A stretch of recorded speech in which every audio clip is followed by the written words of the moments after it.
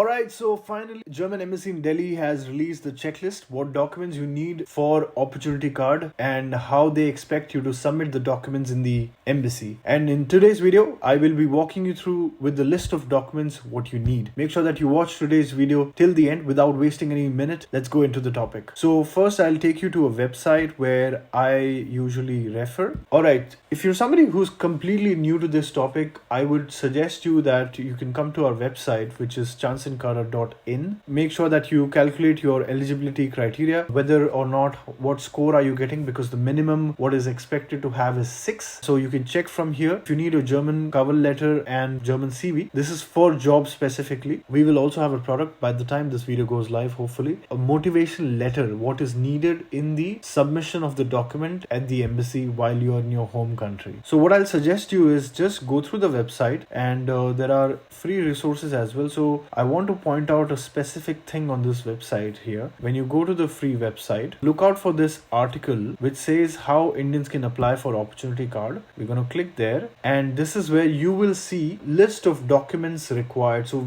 I've divided this into separate categories: gathered essential documents, proof of financial means, proof of accommodation, proof of training and work experience, further on and on. So make sure that you read this thing. But what we're going to do is we will go with the official checklist of German Embassy directly. I have the PDF right here. So this is what a PDF looks like. This is by the German Embassy. I can show you it's released on 3rd of June while I'm filming this video. This is the newest information which has come out. Let's go through the checklist together. So you need your valid passport, which should be within the 10 years. You need to fill out an application form, VIDEX form. I will make a separate video just filling out a form, what information goes in this. Let's go back to the checklist. You also need to fill out a declaration form. You need 2 identical biometric size photos. So there is a biometric size specifically for this. This is not a regular passport size photo. Copy of your passport data, which is front and back. Proof of sufficient financial means. Everybody would need eventually a blocked account. I would suggest you to go with Expatrio. This is my personal suggestion, not any sort of an advertisement. Per month, you need to show them this much amount plus surplus fund for return flight also, if there is any. So basically, I would suggest you to have at least 1100 to 1200 euros per month, and then multiply that by 12 months. Proof of accommodation in Germany must include complete actual address. Earlier, what people used to do is they used to make a dummy accommodation, but this time they need an actual address as well. Proof of vocational or academic training, for example, university degree. So I believe you must have your degree. So present that with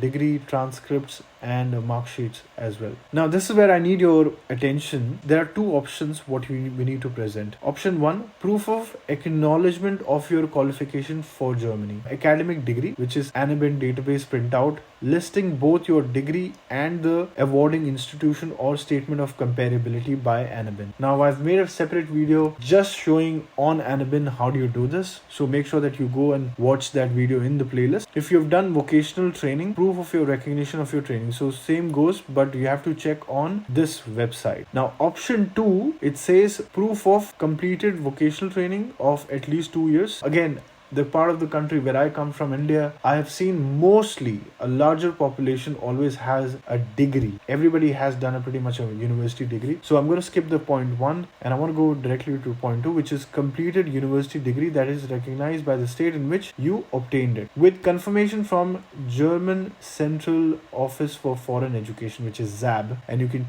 click here, and if somebody's degree, what they've studied, is not recognized in the ANABEN or ZAB portal, then you need to go through the entire process. So there's a separate video I've also made for that as well. Make sure that you watch that. Along with this degree recognition, you need, it says, and proof of either you need to present German A1 from Goethe or OSD, or present knowledge of English, which is in B2. Beside this, they need a notification of partial recognition of your vocational qualification. As I said, you need to have a vocational qualification. If not that, then proof of German, which is A2, B1, B2 or C1 from Goethe or OSD. And there are multiple options what you need to present. At the end of the day, I've mentioned earlier as well, and I'm mentioning it again, that you need to have at least 6 points. Duly signed motivation letter I have already mentioned that on Chancenkarte.in we have made a particular product for this. If you need a template, go ahead and download that. And these are the topics which needs to be mentioned, which is type of work, job you intend to do in Germany, if and since when you learn German. All of this has to be part of the motivation letter. Proof of personal status in India, which is birth certificate of applicant, Aadhaar card. You need to have a CV as well. There's a template on Chancenkarte.in. You can download from there and use it as well. If 45 years or older or turning 45 while in Germany, you need to sign a declaration, which if you click here, that would open up this form. You need to fill this out as well. And then lastly, what you need is proof of health insurance. So if you go with Expatrio, they're not only going to give you blocked account, but also they're the ones who will also take care of your health insurance as well. Please prepare 2 identical set of the application. It's written right here. Copies have to be A4 sheet. On the date of visa appointment, you must have the originals of all documents with you. Okay, so if you've not seen other videos of mine where I have mentioned about part-time job, so on checklist also they've clearly mentioned that you are allowed to work maximum of 20 hours per week. If you already have a work contract, please hand in the work contract right here. So if you're going for a part-time job and where they are doing a trial job with you, it cannot be more than 2 weeks. It says here the trial work would have been in line with your qualification or aimed towards starting a vocational training, or must be connected to training measures according to your partial recognition of your training. You are not allowed other types of employment. Your visa will, however, be changed to a residence permit for employment and work permit once you have found adequate employment in Germany. So this is what you need eventually to get started with your application process for Chancenkarte visa, the opportunity card. So yeah, make sure that you check the description of this video and go and browse through Chancenkarte.in. There are enough resources for you to get started all by yourself if you don't want to take any help of a